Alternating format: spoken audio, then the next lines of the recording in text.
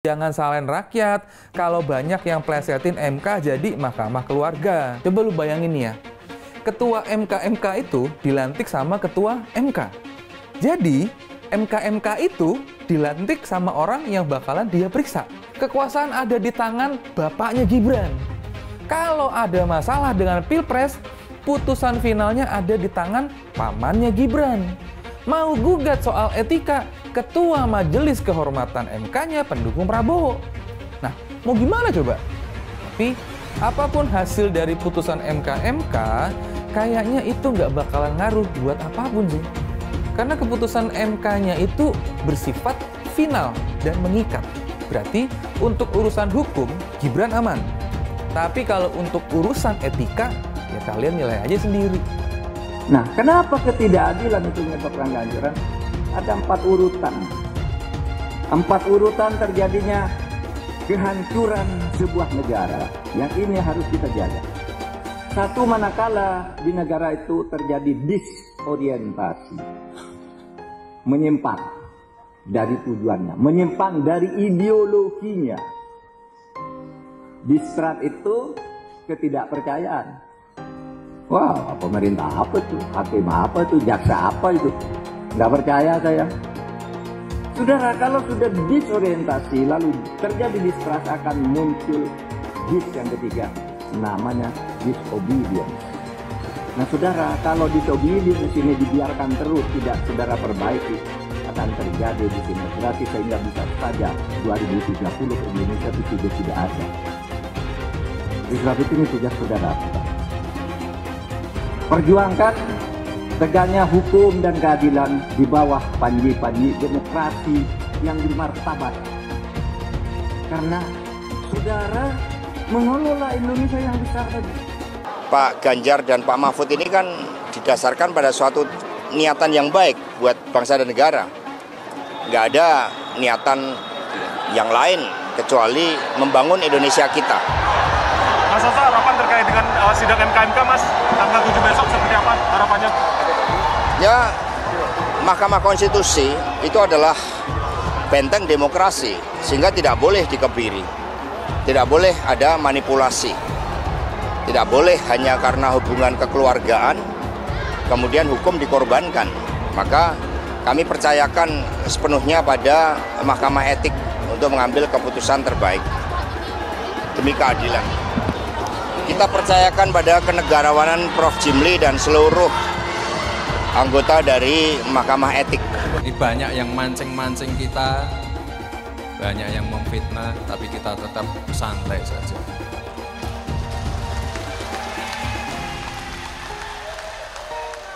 Nanti angka-angka yang ada di survei, angka-angka yang ada di TPS yang membuktikan. Saya tidak bicara tentang calon presiden saudara Anies dan saudara Muhaimin Iskandar. Saya tidak bicara tentang Pak Ganjar dan Prof. Mahfud. Saya juga tidak bicara tentang Pak Prabowo beserta pasangannya. Tapi saya bicara tentang bagaimana kita menjaga mandat konstitusi, menjaga mandat reformasi dan demokrasi ini. Gini Pak Presiden, kita supaya hirup-pikuk ini berhenti, supaya people power yang saya khawatirkan nggak terjadi, mendingan Pak Presiden mundurin diri deh, jadi enak gitu loh. Jadi kita juga nggak punya suuzon. Nah, bener nggak? Saya ini rakyat ya, kan ini saya suuzon terus nih. Dia bantuin si Kaisang sampai kemana nih? Bantuin Gibran sampai kemana nih gitu kan? Jadi pertama, apakah Presiden ini cawe-cawenya sampai sekian jauh gitu loh? Saya nggak ngerti juga ya, karena walaupun itu hak beliau, tapi kenapa? Saya perlu tahu. Rakyat mesti tahu kenapa percepatan ini terjadi. Saran saya supaya tidak semakin kita terombang-ambing. Ya, ada 2 tadi saya kasih pilihan ya, apakah ganti cawapres, katanya nggak mungkin, ya sudah, berarti yang paling mungkin adalah presiden mengundurkan diri. Kalau dibilang nggak ada aturannya, ya karena memang juga nggak ada pernah presiden ngajuin anaknya jadi cawapres saat dia menjabat kan. Nah, kita tidak ingin virus orde baru, toksin orde baru ya, toxic relationship orde baru ini masuk dalam lingkaran Pak Jokowi ya. Kami tidak ingin toksin orde baru yang ada di lingkaran pemerintahan Pak Jokowi ini membawa pengaruh buruk terhadap Pak Jokowi. Kami ingin Pak Joko Widodo tetap pada dasarnya orang yang baik, orang yang 10 tahun ini menjalankan proses pemerintahnya dengan kepuasan publik yang baik. Pak Jokowi kalau nggak ada PDI Perjuangan juga, aduh, kasihan dah.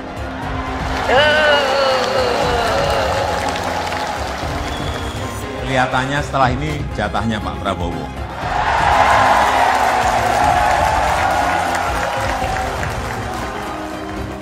Ketika Mas Gibran kemudian keluar dari skema keputusan yang sudah diambil oleh Ibu Megawati Soekarno Putri dan bahkan mencalonkan diri sebagai bakal calon wakil presiden di luar garis keputusan partai, maka secara konstitusi partai, secara aturan partai, dia telah melakukan pembangkangan. Bahkan rakyat banyak pun telah menilai bahwa Mas Gibran dengan sengaja ingin keluar dan atau bahkan telah keluar dari keanggotaan PDI Perjuangan sendiri. Kamu bilang, bersama 10 pemuda nanti akan guncang dunia.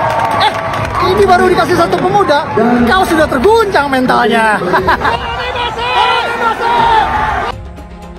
Tenang saja Pak Prabowo. Tenang saja Pak. Saya sudah ada di sini.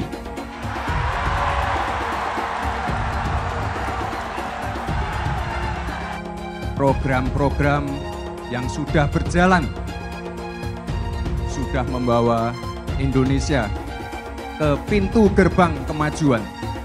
Tugas kita sekarang melanjutkan dan menyempurnakan. Tekad kami bersama dengan saudara-saudara untuk maju minta mandat dari rakyat Indonesia. Karena kita menghadapi titik yang sangat penting dalam sejarah bangsa Indonesia. Kita menghadapi titik di mana kita bisa bangkit menuju Indonesia yang hebat. Itu tekad kami, itu perjuangan kami, itu sumpah kami kepada rakyat Indonesia. Saya hanya menyampaikan seluruh jiwa raga kami untuk rakyat Indonesia. Dalam pemilihan pun, baik itu di pilkada, di pilihan wali kota, pilihan bupati, pilihan gubernur, pilihan presiden, itu semuanya yang memilih itu rakyat. Yang menentukan itu rakyat, yang mencoblos itu juga rakyat. Bukan kita, bukan elit, bukan partai. Ya, itulah demokrasi. Oh, dinasti, semua dinasti, Bung. Semua dinasti, ya kan? Kita jangan cari yang negatif lah. Cari yang positif, ya. Orang ingin berbakti. Apa salahnya? Ya kan? Saya juga dinasti. Kita dinasti merah putih. Kita dinasti patriot. Kita dinasti yang ingin mengabdi untuk rakyat. Kalau dinastinya Pak Jokowi ingin berbakti untuk rakyat, kenapa? Salahnya apa? Jadi berpikir yang baiklah, berpikir positif, ya. Merasa aneh ya. Kalau begini terlalu muda, kalau begitu terlalu tua, ya. Kumaha, ya kan? Waktu Mas Gibran maju sebagai calon wali kota dulu, ya tidak ada yang disebut dinasti politik. Orkestrasi dinasti nggak ada. Nggak ada kan waktu itu. Ya. Nah, yang pasti kalau buat saya dibandingkan misalnya Pak Gibran jadi maju gitu, Mas Gibran gitu ya. Ya saya pilih Ganjar sama Mahfud lah, karena lebih teruji kan.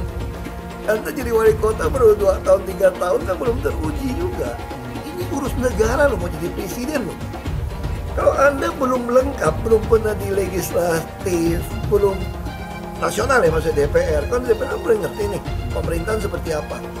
Anda belum pernah di eksekutif yang tingkat provinsi, Anda nggak ngerti jadi presiden nanti. Ini bukan soal belajar coba-coba loh. Ini negara dipertaruhkan untuk 2045.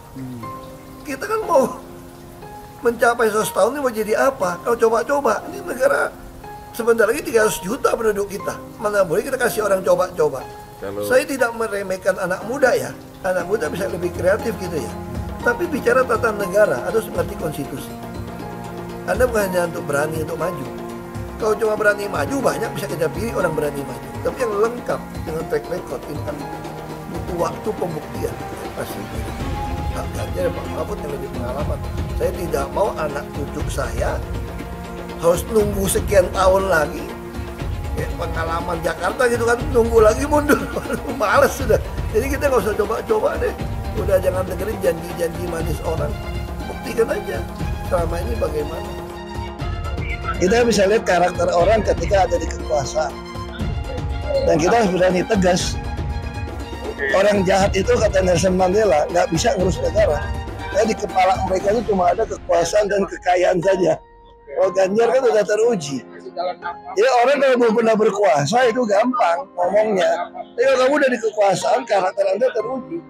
Dan Ganjar teruji. Apalagi saya sama beliau kan sama-sama di DPR juga dulu kan. Jadi itu karakternya teruji gitu. Keluarga juga teruji. Saya kira itu penting. Dan saya tuh sampai bingung. Lah kok saya bilang Pak Jokowi petugas partai, kader. Loh kok saya diomongkan yang namanya katanya terlalu sombong. Itu adalah ADART di partai kita. Saya pun petugas partai. Sekarang kan amburadulnya apa? Ganti pemimpin dirubah dengan enaknya. Bagi saya coba, apa ndak pusing ya? Lebih setuju lagi apa yang disampaikan calon presiden Pak Ganjar Pranowo. Tadi saya bisik-bisik ke beliau, Pak, nanti habis dilantik, besoknya langsung masuk ke kedaulatan pangan. Nggak usah lama-lama. Perencanaannya disiapkan sekarang, begitu dilantik besok langsung masuk ke kerja kedaulatan pangan. Sehingga swasembada pangan, ketahanan pangan, kedaulatan pangan itu betul-betul kita miliki. Dan saya yakin Pak Ganjar mampu menyelesaikan ini. Ya kita jujur aja ngomong, kalau Anda mau jadi presiden, wakil presiden. Nah, kalau tanya sama saya, kamu mau jadi politisi, mau jadi apa sih? Ya kalau nggak beres negara ini, ya saya mau jadi presiden. Karena cuma jadi presiden bisa cepat membereskan itu. Coba lihat, kayak di DKI, kok nggak ada Ahok, nggak ada demo. Kalau Ahok nggak nyalon kan nggak ada masalah kemarin. Coba kalau ada Ahok, jadi Ahok itu adalah orang yang tidak boleh di politik. Karena dia membuat bangsa ini tidak bisa bersatu. Itu terbalik-balik. Yang pengen pecahin orang siapa? Kok saya yang dituduh? Ini bagi saya itu aneh gitu loh. Tapi itu fakta. Nah makanya saya tetap ada di PDI Perjuangan. Karena satu-satu partai yang tetap mencalonkan saya di DKI dengan ancaman macam-macam hanya PDI Perjuangan.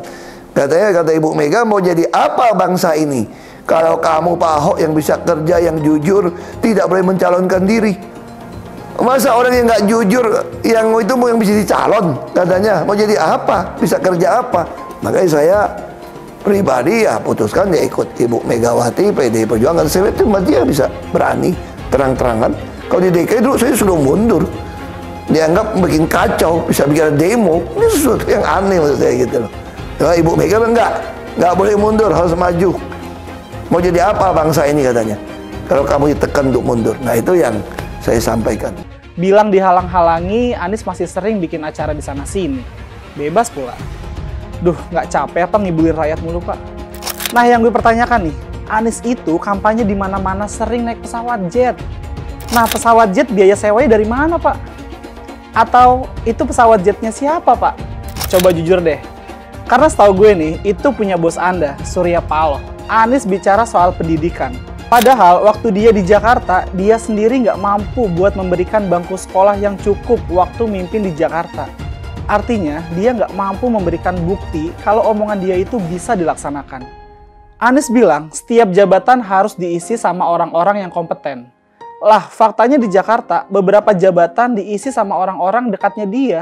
Nggak kompeten pula. Terus TGUPP, itu yang jumlahnya seabrek-abrek, fungsinya buat apa, Pak? Kok Jakarta makin berantakan sih? Sekali lagi, Anies nggak bisa membuktikan omongannya. Anies bilang dia akan membuka lapangan kerja. Yang dulu janjinya 200.000 lapangan kerja, ternyata cuma omong kosong, alias cuma janji palsu. Soal pembangunan yang berkelanjutan. Dia bilang di Jakarta dia udah meneruskan yang udah baik. Lu jangan percaya ya, itu ngibul. Faktanya nggak seperti itu loh. Belum lagi nih, program penanggulangan banjir. Jadi di daerah Jakarta itu ada daerah yang sebelumnya udah bebas banjir. Pas Anies mimpin, kok bisa-bisanya daerah itu banjir lagi?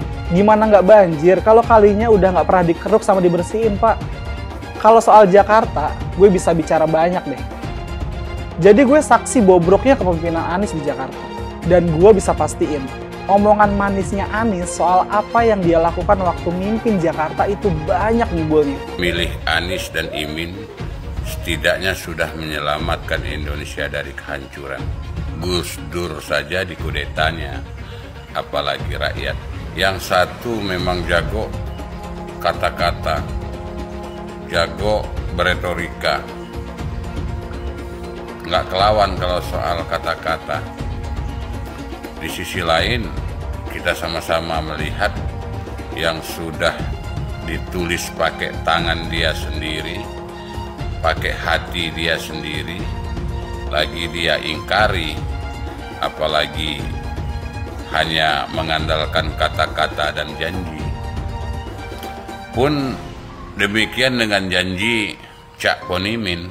Gus Muhaimin memberikan program siapapun yang hamil yang ada di muka bumi Indonesia ini akan diberikan tunjangan selama hamil. Karena itu yang masih jomblo secepatnya nikah, hamil, dibiayai kehamilannya oleh Gus Muhaimin. Akan mendapatkan subsidi, akan mendapatkan tunjangan rata-rata 6 juta selama kehamilan. Gus Muhaimin dan PKB menang. Semua yang punya sepeda motor, BBM-nya kita subsidi gratis tanpa biaya. Siapa yang di sini punya sepeda motor? Tahun 2024 PKB menang, Gus Muhaimin presiden, disubsidi serendah-rendahnya harga subsidi BBM. Kalau PKB sekarang bukan PKB Gus Dur, ini PKB Caimin. Jadi beda, PKB-nya sudah beda. Jadi nggak bisa lagi menurut saya, memang masih tetap jualan nama Gus Dur, itu ada larangannya jelas sekali.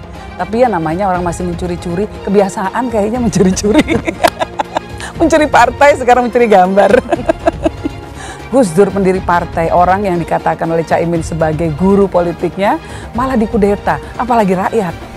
Susah kan mau milih pemimpin seperti itu nanti? Pak Prabowo hari ini adalah calon presiden dari Partai Gerindra.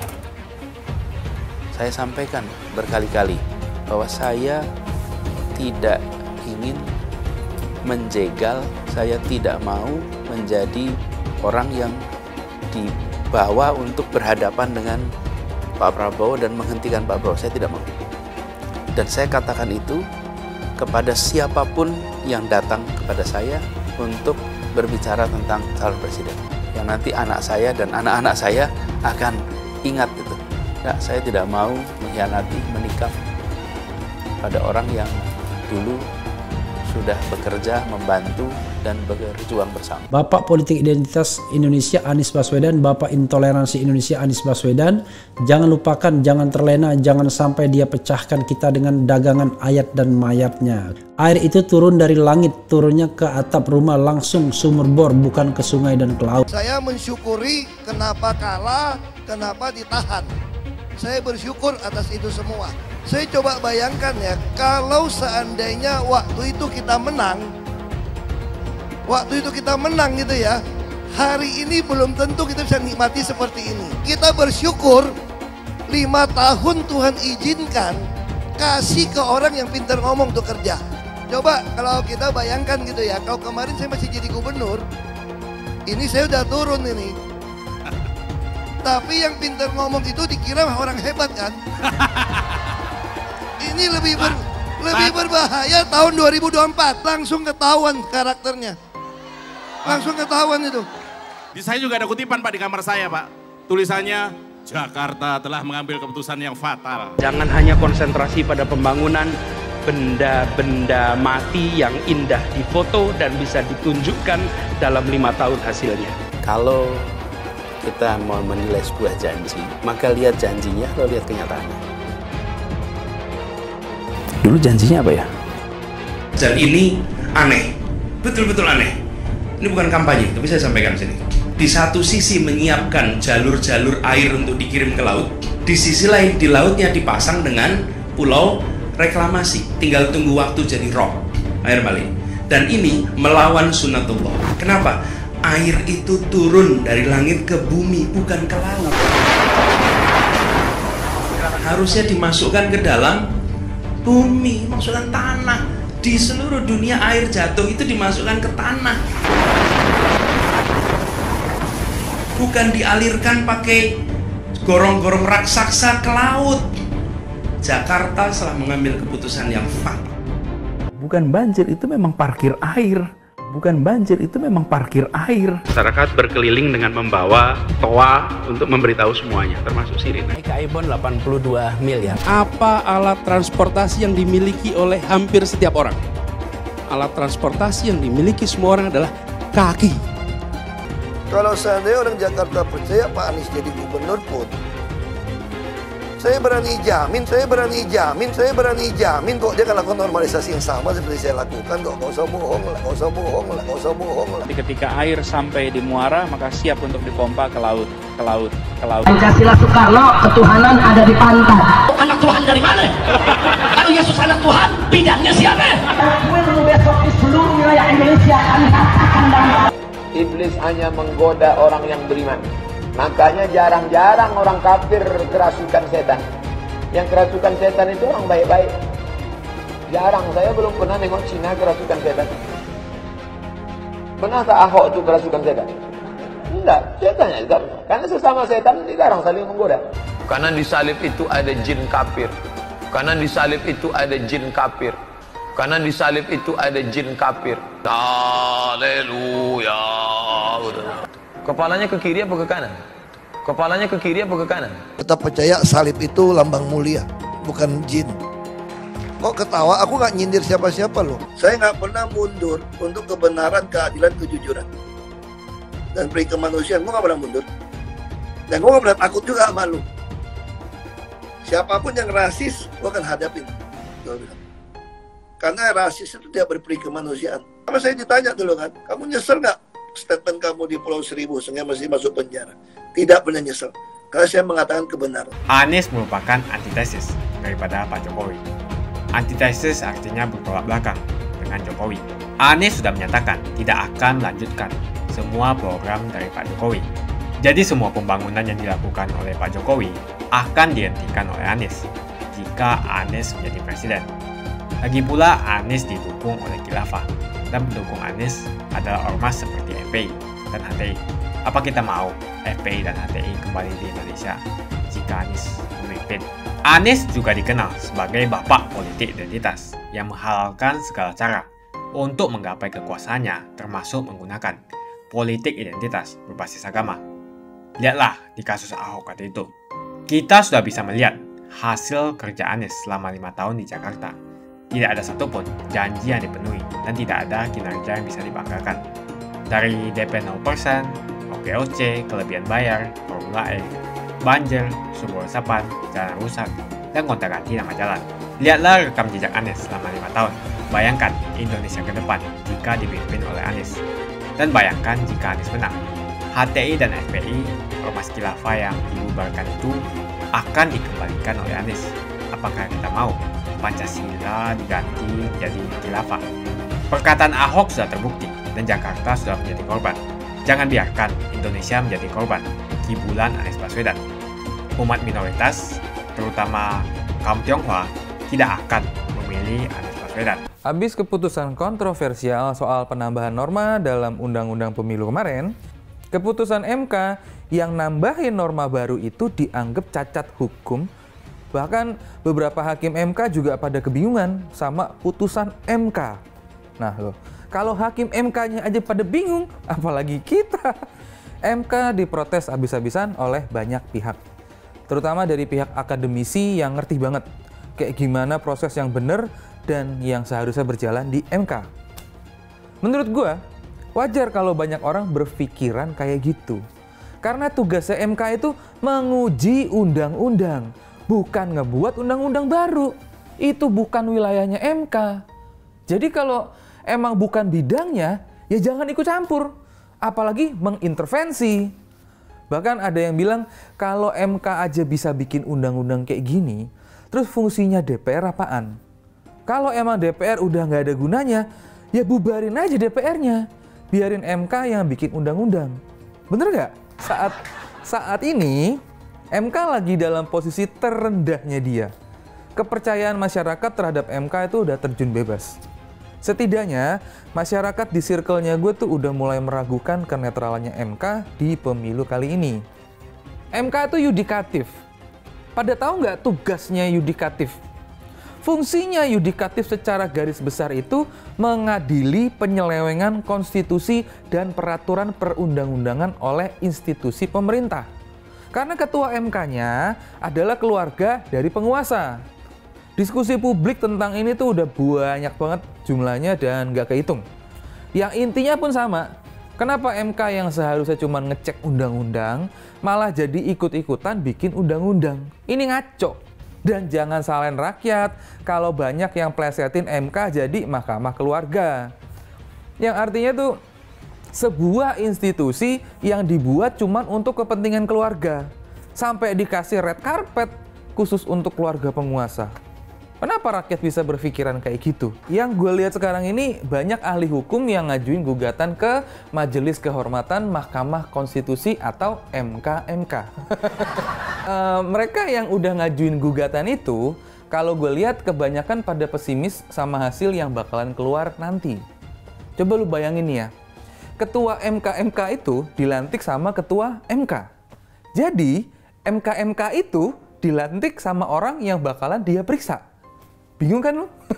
Apalagi gue. Jadi wajar kalau banyak ahli hukum pada ngerasa pesimis dengan hasil gugatannya nanti. Tapi ya mau gimana lagi? Setidaknya mereka udah pada berusaha semaksimal mungkin. Tinggal nunggu aja hasilnya kayak gimana. Nah, di awal persidangan, Profesor Jimli ini emang kelihatan keras banget. Galak tadi dalam mengkritik MK. Dan ketua MK-MK, Profesor Jimli Asidik itu, kalau dari berita yang gue baca di republika.com, adalah pendukung Prabowo Subianto. Dan bahkan ngedukung Prabowo jadi capres. Dan katanya ada yang lebih lucu lagi. Anaknya Jimli itu juga adalah kader Gerindra. Nah, udah kebaca arahnya nggak tuh? Kalau ada saudaranya penguasa, terus dia ada di dalam lembaga yudikatif, itu salah.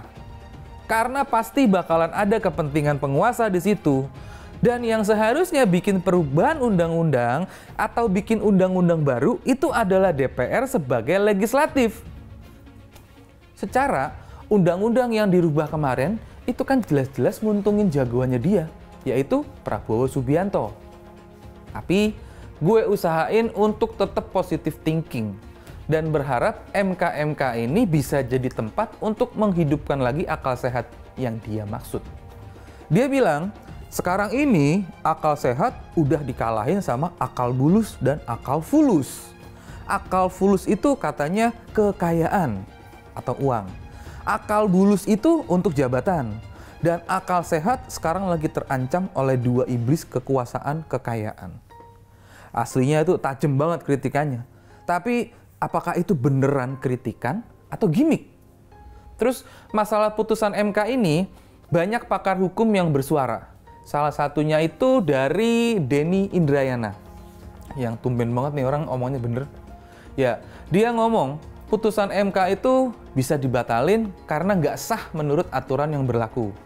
Salah satu penyebab putusan itu jadi nggak sah adalah karena ketua MK-nya dianggap punya kepentingan secara langsung ataupun tidak langsung dengan putusan perkara. Menurut Mahfud MD, pencalonan Gibran itu sah di mata hukum. Itu waktu diwawancarai sama Najwa Shihab. Beliau ngebelain Gibran dari pihak-pihak yang menganggap pencalonan Gibran itu nggak sah. Profesor Mahfud ini emang dikenal apa adanya. Kalau salah, ya ngomong salah. Kalau benar, ya wajib ngomong benar. Walaupun Gibran adalah saingannya, tapi apapun hasil dari putusan MK kayaknya itu nggak bakalan ngaruh buat apapun sih. Karena keputusan MK-nya itu bersifat final dan mengikat. Kalaupun diputuskan melanggar, paling yang kena ketua MK-nya. Dan kayaknya nggak bakal sampai pembatalan pencalonan. Bukan berarti karena Gibran adalah saingannya, beliau harus mengingkari kebenaran itu.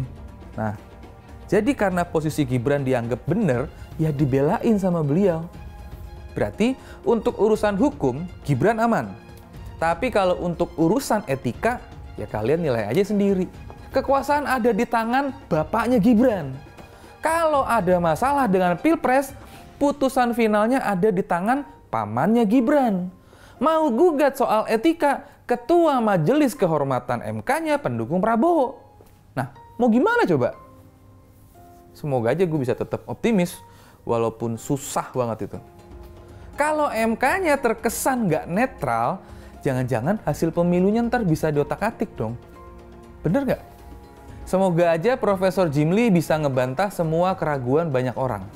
Karena semuanya itu ditentuin oleh dia dan anggota MK-MK yang lainnya.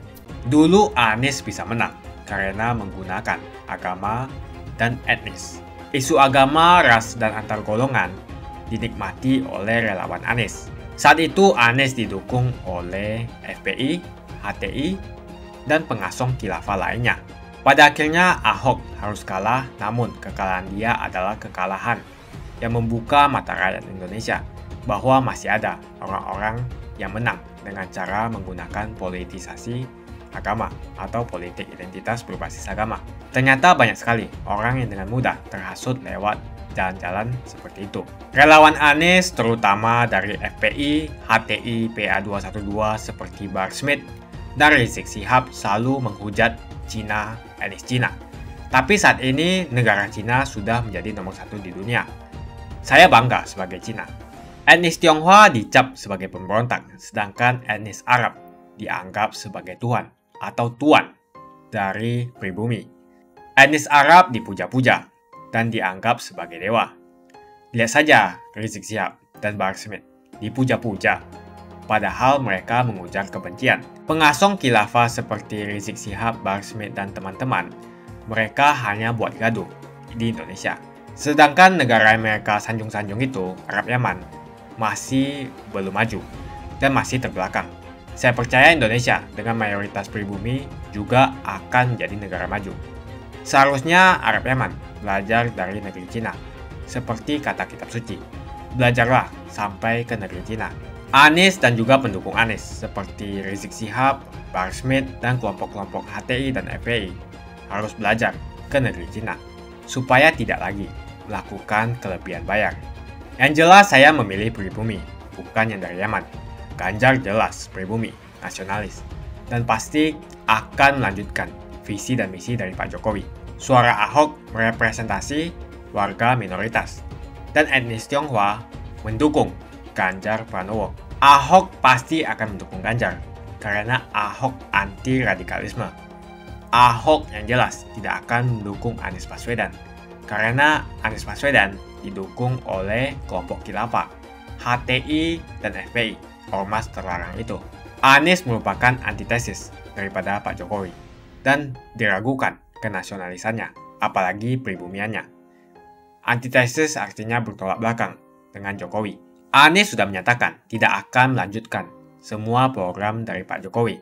Jadi semua pembangunan yang dilakukan oleh Pak Jokowi akan dihentikan oleh Anies jika Anies menjadi presiden. Lagi pula Anies didukung oleh khilafah, dan pendukung Anies adalah ormas seperti FPI dan HTI. Apa kita mau FPI dan HTI kembali di Indonesia jika Anies memimpin? Anies juga dikenal sebagai bapak politik identitas yang menghalalkan segala cara untuk menggapai kekuasaannya, termasuk menggunakan politik identitas berbasis agama. Lihatlah di kasus Ahok kali itu. Kita sudah bisa melihat hasil kerja Anies selama 5 tahun di Jakarta. Tidak ada satupun janji yang dipenuhi dan tidak ada kinerja yang bisa dibanggakan. Dari DP 0%, OKOC, kelebihan bayar, Formula E, banjir, sumber resapan, jalan rusak, dan gonta-ganti nama jalan. Lihatlah rekam jejak Anies selama 5 tahun. Bayangkan Indonesia ke depan jika dipimpin oleh Anies. Dan bayangkan jika Anies menang. HTI dan FPI, Ormas Khilafah yang dibubarkan itu akan dikembalikan oleh Anies. Apakah kita mau Pancasila diganti menjadi Khilafah? Bagian Indonesia Timur yang mayoritas non-muslim seperti Bali tidak akan setuju dengan Khilafah atau sistem Khilafah. Mungkin Indonesia akan bubar jika Anies menjadi presiden. Perkataan Ahok sudah terbukti dan Jakarta sudah menjadi korban. Jangan biarkan Indonesia menjadi korban kibulan Anies Baswedan. Umat minoritas, terutama kaum Tionghoa, tidak akan memilih Anies Baswedan. Saya yakin karma Ahok mengejar Anies Baswedan. Dulu Anies memainkan politik identitas kepada Ahok. Sekarang Anies dipertanyakan kepribumiannya karena dia teriaman. Itu saja opini saya hari ini. Tuliskan opini kalian tentang Anies Baswedan. Jika kalian setuju dengan pendapat saya di video ini, pastikan kalian menekan like di video ini dan bagikan video ini ke teman dan family Anda supaya mereka semua mengetahui tentang informasi ini.